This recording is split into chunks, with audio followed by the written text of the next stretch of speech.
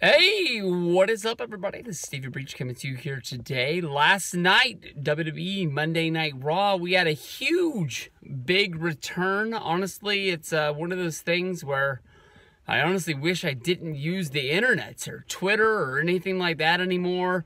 WWE Monday Night Raw ends with Batista returning. He had a very short cameo where basically he was the guy who ruined Ric Flair's birthday. The last time I think they had a birthday celebration on WWE's Monday Night Raw, it was Hulk Hogan's birthday. I honestly was trying to find a way to actually fly from Sacramento, California to go to Portland to see Hulk Hogan's birthday. We actually share the birthday, if you know that. But that one was ruined by Brock Lesnar, which was setting up Brock versus Cena. A lot of people actually thought that it was going to set up Brock versus Hogan, getting that rematch from 2002. But Batista came out of Ric Flair's room, dragging him by his suit, and basically looked into the camera and just basically wanted the world to know that he was trying to get Triple H's attention.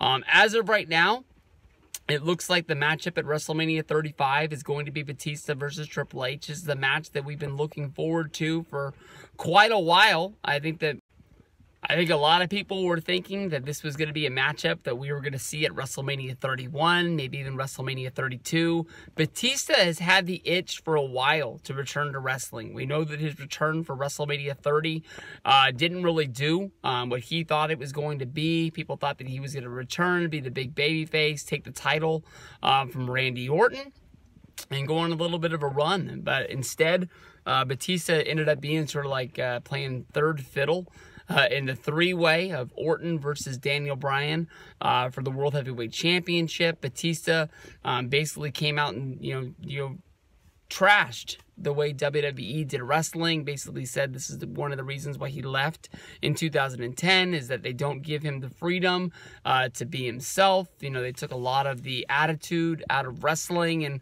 I mean, that's the place we're in right now. I mean, WWE went PG well over, I'd say, 10 years ago. And, they can't do things like blood or things like that in wrestling. And that's one of the things Batista misses and thinks that's one of the things that would put it over the top to being bigger than it is right now.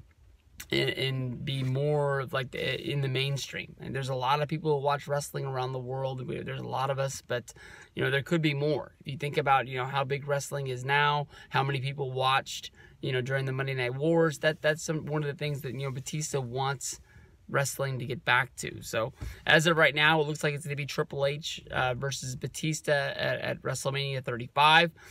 We could always go with some sort of a different direction if Triple H isn't going to be able to return. I think we all know that Triple H has thousands of different ways to get back in shape. We've seen John Cena return. We've seen from injury, and just little peaks of time. The biggest injury that I can remember happening in Triple H's career is when he tore his quad back in 2001, and he would make his return before the Royal Rumble. But WWE actually put out a lot of publicity for one of the last shows of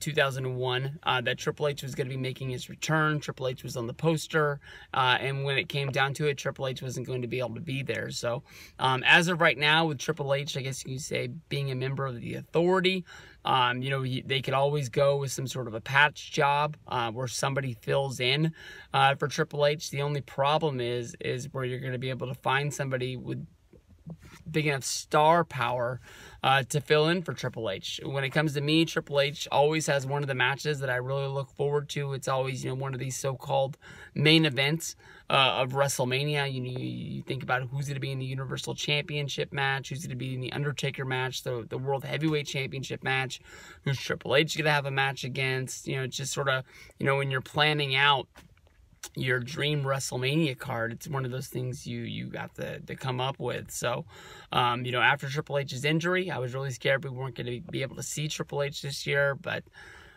you know, it's going to be hard to fill that spot, and I don't think they bring back Batista to have this match or put him in the spot if Triple H isn't going to be the guy to do it. So I'm pumped for this. It's going to be one of the highlights for me to watch WrestleMania 35 from New York City.